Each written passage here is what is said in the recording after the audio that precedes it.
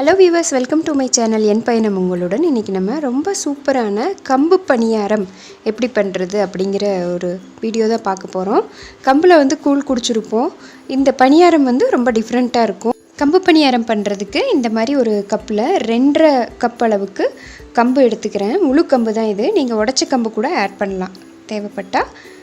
இந்த 2.5 கப்பு முழு கம்போட 1 கப் அளவுக்கு இட்லி அரிசி, சாப்பாட்டு அரிசி கூட நீங்கள் சேர்த்தலாம். 1/2 கப் அளவுக்கு உளுந்து பருப்பு, வெள்ளை உளுந்து தான். 1/2 ஸ்பூன் அளவுக்கு வெந்தயம் சேர்த்து நல்லா 2-3 தடவை கழுவிக்கலாம்.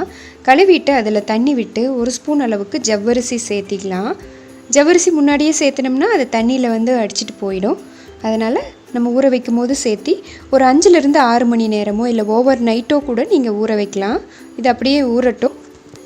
6 மணி நேரம் ஊறியாச்சு. இப்போது இதை நம்ம அப்படியே கிரைண்டரில் போட்டு நல்லா நைஸாக அரைச்சி எடுத்துக்கலாம். ஓரளவுக்கு அப்படியே தள்ளி தள்ளி விட்டு அரைக்கணும். ஏன்னா கம்பு அதிகமாக அந்த நார்ச்சத்து இருக்கிறதுனால அரைப்படாமல் நின்றுச்சுன்னா திப்பி திப்பியாக இருக்கும். அதனால் நம்ம சுத்தமாக கொஞ்சம் தண்ணி விட்டு ஓரத்துல எல்லாம் எடுத்து எடுத்து விட்டுடலாம். கொஞ்சம் போட்டதுமே ஓரளவுக்கு இப்போ கொஞ்சமாக நைஸ் ஆகிடுச்சு.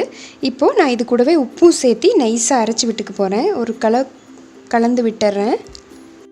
நல்லா உப்பும் இப்போ அரைப்பட்டுருச்சு. ரொம்பவே நைஸ் ஆகிடுச்சு மாவு. தண்ணி அதிகமாக விட்டுறக்கூடாது. ஓரளவுக்கு கெட்டியாக எடுத்துக்கலாம்.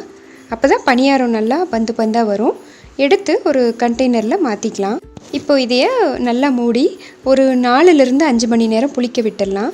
வெயில் காலமாக இருக்கனால சீக்கிரமாக புளிச்சிடும். குளிர்காலம் 10லேருந்து 11 மணி நேரம் புளிக்கணும். இது ரொம்ப வெயில் காலமாக இருந்தனால 4 மணி நேரத்தில் நல்லா புளிச்சு பொங்கிடுச்சு. இப்போ ஒரு வாணலியில் 2 ஸ்பூன் அளவுக்கு நல்லெண்ணெயோ இல்லைன்னா தேங்காய் எண்ணெய் கூட நீங்கள் விட்டுக்கலாம். தேங்காய் எண்ணெய் விட்டிங்கன்னா ரொம்பவே டேஸ்ட்டாக இருக்கும். அது கூட 1 ஸ்பூன் அளவுக்கு கடுகு சேர்த்திக்கலாம்.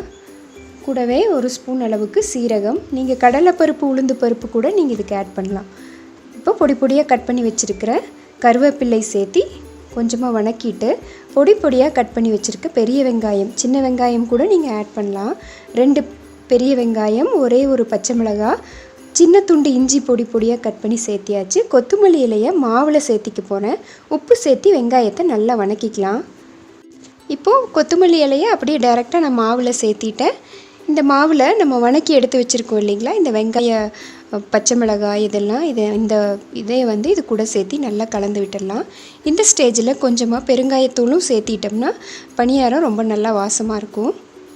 நல்லா அப்படியே கலந்து விட்டுடலாம். உப்பு உங்களுக்கு தேவைப்பட்டால் கொஞ்சமாக சேர்த்திக்கலாம்.